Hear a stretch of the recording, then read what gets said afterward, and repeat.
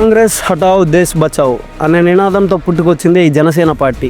మన రాష్ట్రాన్ని రెండుగా చీల్చి తెలుగు ప్రజలను విడదీశారు అనే కోపంతో పవన్ కళ్యాణ్ ఈ స్లోగన్ని తీసుకొచ్చారు. జన సైన్యం దాటికి కాంగ్రెస్ 2014లో కేవలం 44 సీట్లకు పరిమితమైంది. ఎందుకు పవన్ కళ్యాణ్ ఫ్యాన్స్ తనని చెగువేరాతో పోలుస్తారు?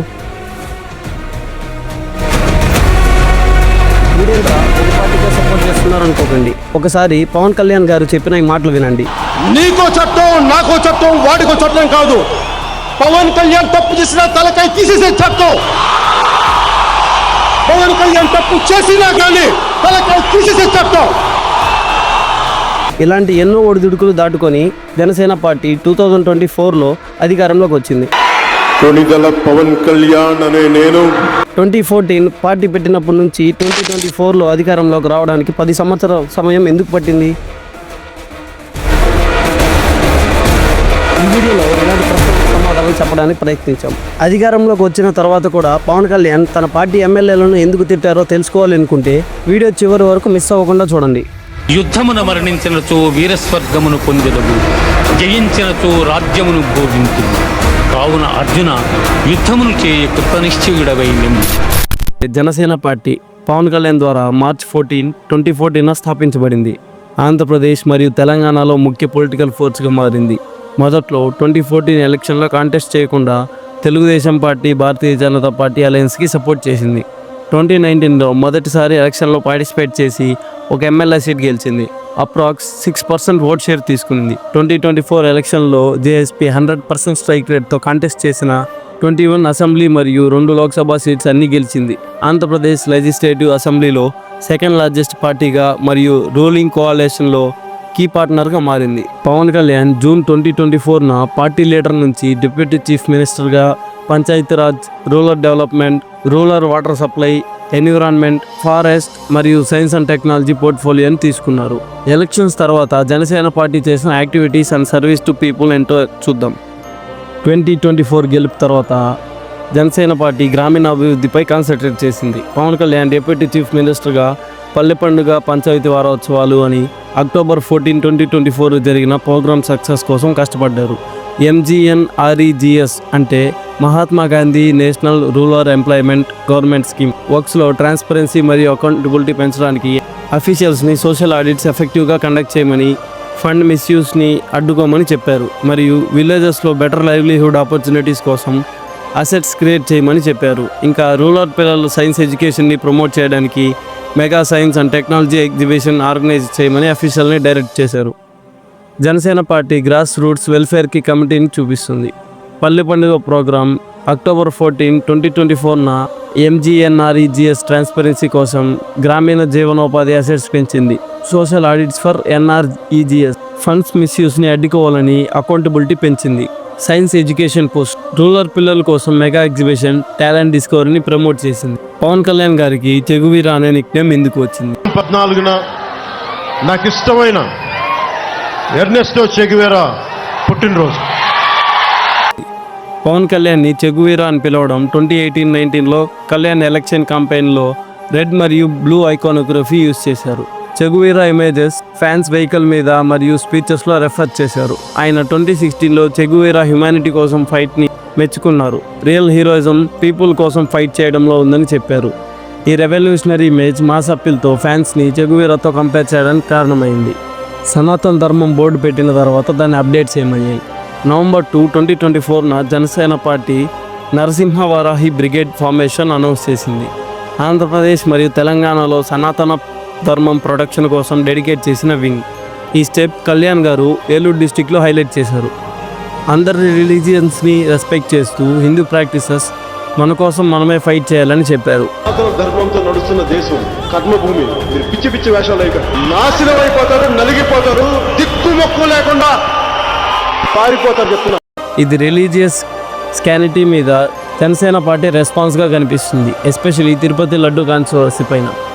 తిరుపతి లడ్డు ఇష్యూ లడ్డు విషయమని సెప్టెంబర్ 2024లో తిరుపతి టెంపుల్ లడ్డూలో animal fat, beef, tallow, lard use చేశారని చెప్పారు. Andhra Pradesh CM Chandrababu Naidu previous YSRCP regime substandard ingredients allow చేసిందని అలెజ్ చేశారు. Tirupati laddu ghee adulteration case CBI, SIT investigation చేస్తుందని అందరికీ తెలుసు. ఎస్ఐటి అంటే స్పెషల్ ఇన్వెస్టిగేషన్ టీం చాలా ముఖ్యమైన వివరాలు బయటికి తీసుకొచ్చింది. సుప్రీంకోర్టు ఆర్డర్స్తో సిబిఐ ఎస్ఐటి నిర్వహించిన పరిశోధనలో టీటీడీ ఈ టెండరింగ్ ప్రాసెస్లో సివియర్ ల్యాప్సెస్ కనిపించాయని చెప్పారు. ఈ ఇన్వెస్టిగేషన్లో బోలేబాబా డైరీ, వైష్ణవి డైరీ మరియు ఏఆర్ డైరీకి సంబంధించిన ముఖ్య వ్యక్తుల అరెస్ట్ జరిగింది. అరెస్ట్ అయిన వ్యక్తుల పేర్లు: Bipin Jain, Bhole Baba dairy farmer director; Pumil Jain, Bhole Baba dairy farmer director; Apoorva Vinay Kanth Chawda, Vaishnavi dairy CEO; Raju Rajasekharan, AR dairy MD. అడల్ట్రేషన్కి సంబంధించిన విషయానికి వస్తే ఎస్ఐటి టీం వాళ్ళ అరెస్ట్ అయిన వ్యక్తులు తిరుపతిలో 3 రోజులు ఇంట్రాగేట్ చేశారు. అయితే బలమైన ఎవిడెన్స్ ఉన్నా కూడా వాళ్ళు కోఆపరేషన్ చూపించలేదని రిపోర్ట్స్లో చెప్పారు. ఇన్వెస్టిగేషన్లో షాకింగ్ డీటెయిల్స్ వచ్చాయి. గీలో అనిమల్ కార్కస్ రెసిడ్యూస్ స్పెల్లింగ్ తప్పుగా చెప్పింటే క్షమించండి. మృతదేహ అవశేషాలు కనిపించడంతో డివోటీస్ చాలా కోపం చూపించారు. ఏఆర్ డైరీ టీటీడీతో కాంట్రాక్ట్ సంబంధించిన ఇర్రెగ్యులారిటీస్లో గిల్టీ అని సిబిఐ కన్ఫర్మ్ చేసింది. BJP spokes person Lanka Dinakar చెప్పిన దాని ప్రకారం ఎస్ఐటి అరెస్ట్ చేసిన వాళ్ళందరినీ కోర్టులో ప్రొడ్యూస్ చేస్తారని చెప్పారు. TTD board member Bhanuprakash Reddy చెప్పింది 3-4 డైరీ డైరెక్టర్స్ని అరెస్ట్ చేశారు. వాళ్ళ వెనుక ఎవరున్నారు, ఎందుకు జరిగింది అనే డీటెయిల్స్ త్వరలో బయటికి వస్తాయి. దోషుల మీద స్ట్రాంగ్ పనిష్మెంట్ పడుతుందని నాకు నమ్మకం ఉందని చెప్పారు. వెంకటేశ్వర స్వామితో పెట్టుకున్నాడు ఎవడో కూడా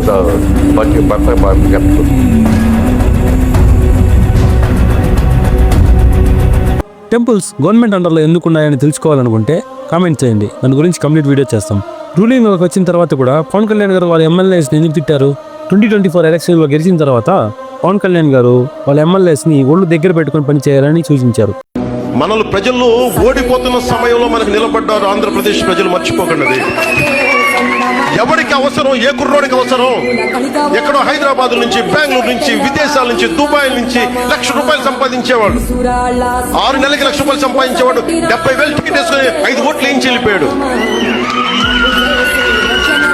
రోజు కూలి చేసుకునే వాళ్ళు వచ్చి 5 మంది చేత ఓట్లు వేయించాడు. మర్చిపోకండి, అది మన అధికారంలోకి వచ్చేసాం కదా అని చెప్పి అలాగే మా సరదా వద్దు. నాకు సరదా లేదు. ప్రజల కోసం కష్టపడకపోతే వాళ్ళకి భవిష్యత్తు ఉన్నదని హెచ్చరించారు. గెలిచిన తర్వాత కూడా ఇలా కామెంట్ చేసే ఒక పొలిటీషియన్ చూపిస్తే గవర్నమెంట్ ఎంప్లాయీస్, చాలామంది లీడర్స్ భయపడి ప్రజల కోసం వర్క్ చేస్తారు. ఇప్పుడే మన స్టేట్ ఫాస్ట్గా డెవలప్ కాగలదు. ఇండియాకి సిఎస్కేకి ఆడిన ఒక మంచి క్రికెటర్ అంబటి రాయుడు గురించి తెలుసు కదా.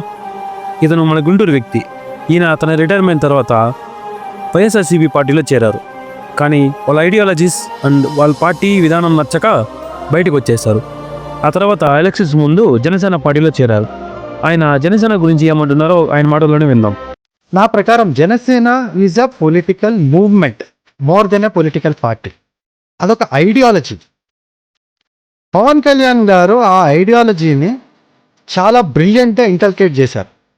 Is a great inspiration for me. Because ఆయనతో కలిసిన తర్వాత, మాట్లాడిన తర్వాత ఆ ఐడియాలజీ అనేది ఇట్ ఈస్ నాట్ ఫార్ ఏదో ఒక వర్గానికి, ఒక కులానికి, ఒక లీడర్కి కాదు. It is a thought, it is an ideology, ఒక సిద్ధాంతం. అంటే నా ప్రకారం పవన్ కళ్యాణ్ గారు చీఫ్ మినిస్టర్ అవ్వాలి, దానికోసం నేను పూర్తి కృషి నేను చేస్తాను. అది అవుతారు. ఆయనకి ఇష్టం ఉన్నా లేకపోయినా అవుతారు. ఎందుకంటే మేము చేస్తాం, కష్టపడి చేపిస్తాం. అంబటి రాయుడు గారు చెప్పిన దాన్ని బట్టి జనసేన అనేది ఓ పార్టీ కాదు, అదొక ఐడియాలజీ. పవన్ కళ్యాణ్ గారి నుంచి పుట్టిన ఒక ఐడియాలజీ, ప్రజల కోసం పుట్టిన ఒక ఐడియాలజీ, ప్రజల కోసం పోరాడే ఒక ఐడియాలజీ. సో జనసేనని అర్థం చేసుకున్న ప్రతి ఒక్కరూ పవన్ కళ్యాణ్ గారిని అర్థం చేసుకోగలరు.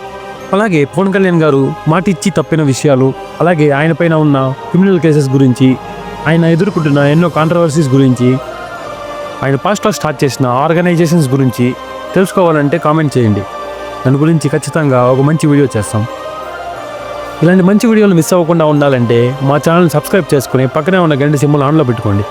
జనసేన గురించి మీరు తెలుసుకున్న కొత్త విషయం కామెంట్ చేయండి. అలాగే ఈ వీడియోని లైక్ చేసి మీ ఫ్రెండ్స్కి షేర్ చేయండి. అప్పుడు చాలామంది జనసేన గురించి తెలుసుకోగలుగుతారు.